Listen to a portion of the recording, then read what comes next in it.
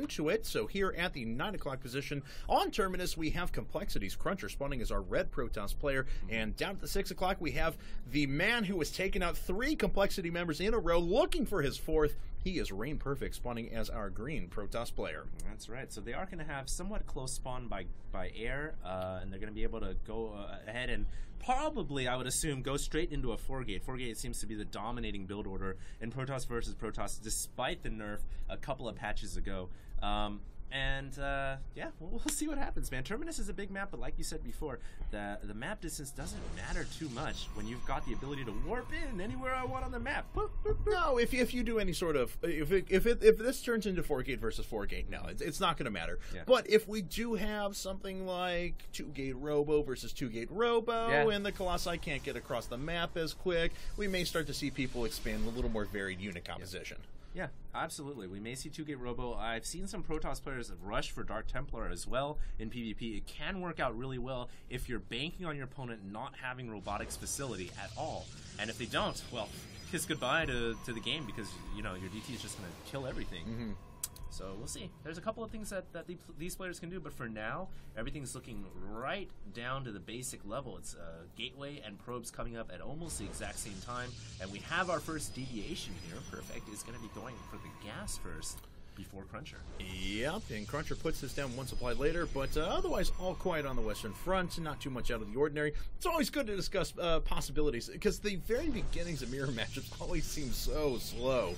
But in PvP, it's certainly no exception. Man. You got to look at the deviations and notice. Okay, I always call who puts up the second gas first, and that'll really start to give you an indication as to what these players are going to go. Yeah, absolutely. Because that first gas in PvP is almost always, you need that gas for the warp gate, so that's pretty common. But that second gas, like you said before, tells you if they're going to tech right away, or if they're going to go for more of a sentry-heavy build, and or robotics facility, in fact. So yes, that second gas really is a telltale sign as to what the match is going to boil down to. And we'll see how much Chrono Boost these players save up. That's another indication in PvP as well. Looks like Perfect is going ahead and putting down a second assimilator. Of course, Cruncher, a player that if he can't get in there and steal your gas, he will.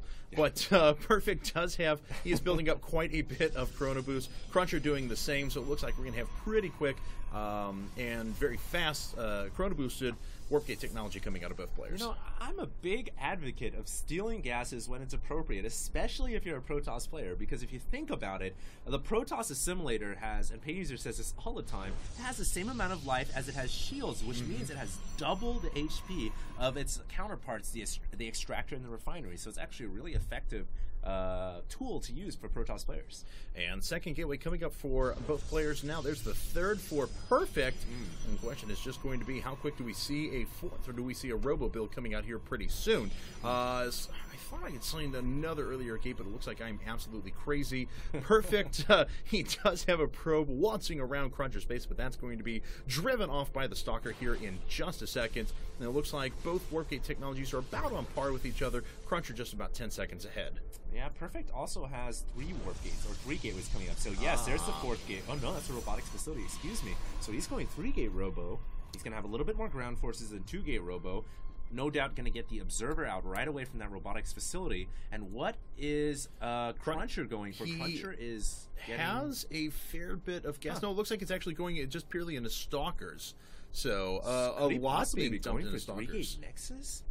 That's really strange if he is. Well, let's see here. It looks like Cruncher's going to make his way across and try and pressure with 3-gate Stalker here for a little while, and that's going to give him a pretty good time, because Perfect is going to have nothing but this lone sentry up for a little while, so he's going to be relying on this robotics facility to kick in production here in a bit. So, Cruncher going to make his way up. Does he draw the force field out? Oh, no, he doesn't. Oh, no, Perfect doesn't get off the force field at all. Disaster. Oh, his sentry is down, and Cruncher has got to be smiling. Where is his warp gate at?